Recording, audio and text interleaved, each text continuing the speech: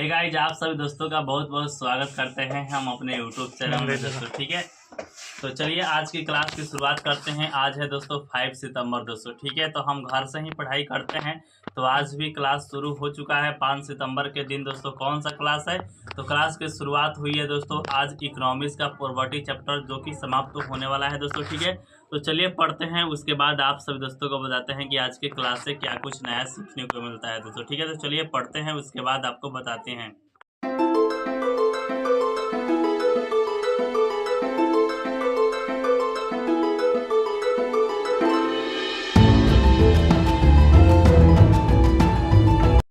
जैसा कि मैंने आप सभी दोस्तों को बताया था कि हम क्लास करने जा रहे थे इकोनॉमिक्स का दोस्तों। ठीक है, तो हमारा क्लास अब कंप्लीट हो चुका है। अब बात करना है कि आज के क्लास से क्या कुछ नया सीखने को मिला है दोस्तों। ठीक है, तो ज़्यादा कुछ पढ़ाई नहीं हुआ है दोस्तों। ठीक है, क्योंकि आज 5 सितंबर था, जिसके चलते बहुत ही टाइम लॉस हो गया है दोस्तों, क्योंकि टीचर्स डे सेलिब्रेट हुआ है बहुत अच्छा तरीका से। ठीक है, उसके बाद जो हमारा गरीबी चैप्टर था उसको समाप्त कर दिया गया है दोस्तों। ठीक है, ताइए आपको बताते हैं कि आज के क्लास से जो भी पढ़ाई हुआ है आपके सामने हम शेयर करने जा रहे हैं दोस्तों। ठीक है, तो सबसे पहले कहानी की शुरुआत होती है दोस्तों लेफर वर्क से दोस्तों। ठीक है, लेफर वर्क क्या है, लेफर कर्व क्या है, आइए आप सब दोस्तों को बताते हैं। आपके मोबाइल स्क्रीन पर एक हमने पिक्चर लगाया हुआ है, वहाँ पर देखिएगा दोस्तों। ठीक है, यहाँ पे हमने एक साइड में एक्स अक्ष पर कर दर को लिख लिया है और वाई अक्ष पर लिया है कर राजस्व का दोस्तों। ठीक है, इस ग्राफ के माध्यम से आप सभी दोस्तों को समझाने का हम प्रयास यह कर रहे हैं क्योंकि सरकार जब टैक्स बढ़ाएगी, जी हाँ ध्यान दीजिएगा दोस्तों, अगर सरकार टैक्स बढ़ाएगी तो इनकम प्राप्त शुरुआत पीरियड में इनकम प्राप्त होगा, लेकिन एक ऐसा समय आएगा कि इनकम आना प्राप्त कम हो जाएगा, क्योंकि लोग उत्पादन करना कम कर देंगे। ठीक है,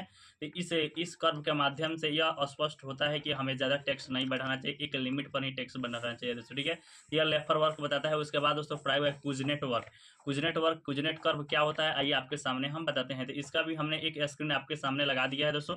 यहाँ पर देखिए कुजनेट कर्व के एक सामने हमने लिखा है एक्स अक्ष पर जीडीपी पर कैपिटल को लिया है और दूसरी तरफ ने पर्यावरण क्षरण को लिया है दोस्तों। ठीक है, तो सेम जैसा कि लेफर वर्क बनता है वैसे ही यह भी कर्व बनता है दोस्तों। ठीक है, तो यहाँ पे दोस्तों ध्यान दीजिएगा, तो यहाँ पर हमने एक ग्राफ में दिखाया गया है कि जो आपका शुरुआती पीरियड में है, जब हम जीडीपी पर कैपिटल को बढ़ाते हैं तो अब तब हमारा पर्यावरण क्षरण होने लगता है दोस्तों। ठीक है, क्या होता है, पर्यावरण क्षरण होने लगता है दोस्तों, जिसके चलते औद्योगिकरण की शुरुआत में तो पर्यावरण क्षरण ज़्यादा होगा, लेकिन कुछ ऐसा समय आएगा जो कि अभी भारत का पीरियड चल रहा है कि आप जीडीपी बढ़ाइए लेकिन पर्यावरण छोड़ नहीं होगा।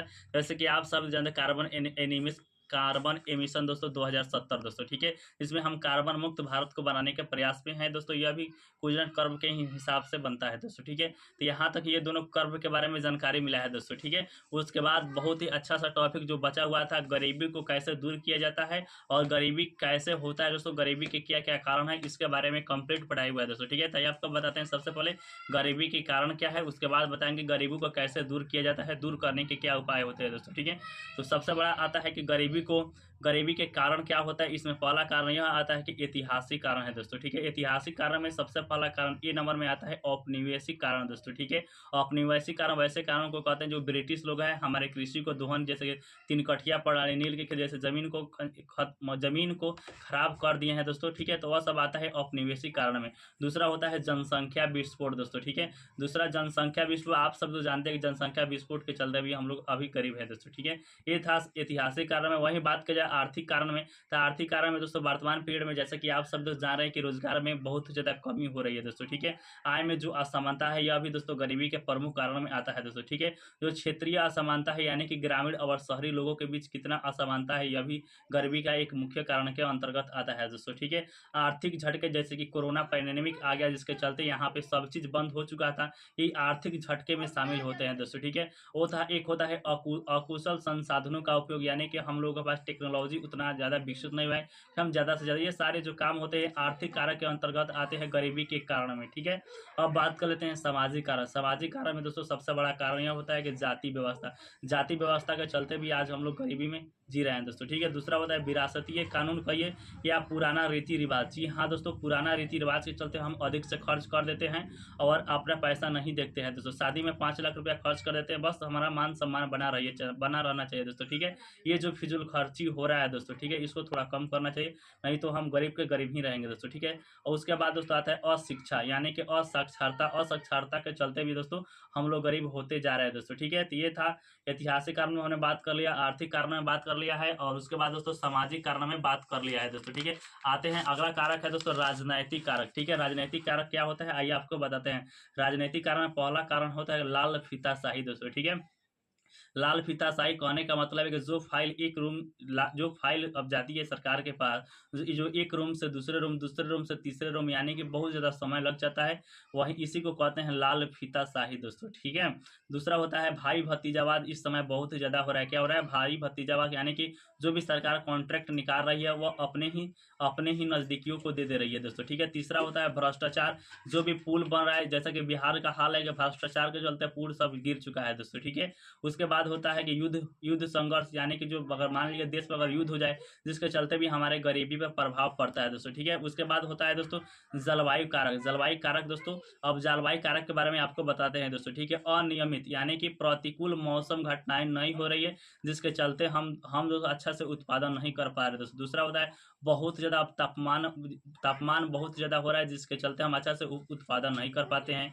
और समुद्री स्तर का जल का बढ़ना हो गया, जल की कमी हो, यानी भूमिगत जल का नीचे जा चुका है, जिसके चलते हम अच्छा उत्पादन नहीं कर पा रहे, जिसके चलते हम गरीब है दोस्तों। ये था गरीबी होने के प्रमुख कारण दोस्तों, ठीक है। अब बात कर लेते हैं गरीबी को कैसे दूर किया जाता है, इसके क्या क्या उपाय है दोस्तों, ठीक है। तो इसको भी हम 3 प्रकार से बात करने वाले हैं। ये आपको बताते हैं गरीबी को कैसे दूर किया जाता है, इसके क्या कारण होते हैं दोस्तों। पहला कारण होता है आर्थिक कारण में नंबर 1 पर आता है दोस्तों कृषि उत्पादक को बढ़ाना। जी हाँ दोस्तों, जो भी हम कृषि कर रहे हैं उसमें टेक्नोलॉजी के साथ अगर आगे बढ़ाएं तो हम लोग गरीब से अमीर की तरफ हो सकते हैं दोस्तों। दूसरा आता है कौशल विकास और स्वयं रोजगार, यानी कि अपने आप में कुछ ऐसा कौशल विकास को करना जिसके चलते हम गरीब ना रह पाए दोस्तों, ठीक है। ये कौशल विकास में शामिल होता है।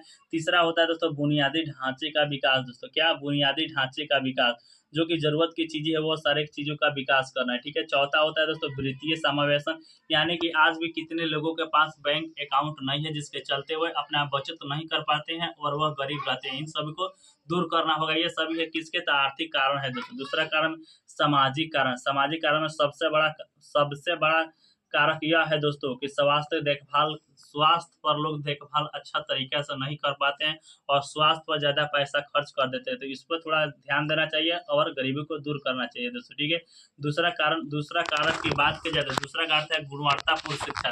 जो भी हम लोग शिक्षा ले रहे हैं वो गुणवत्तापूर्ण और सार्वभौमिक शिक्षा नहीं है, जिसके चलते जल्दी से नौकरी या जल्दी से जॉब नहीं मिल रहा है, जिसके चलते हम लोग गरीब रहते हैं दोस्तों, ठीक है। ये उपाय करने का हम बता रहे हैं गरीबी को कैसे दूर किया जा सकता है, ठीक है।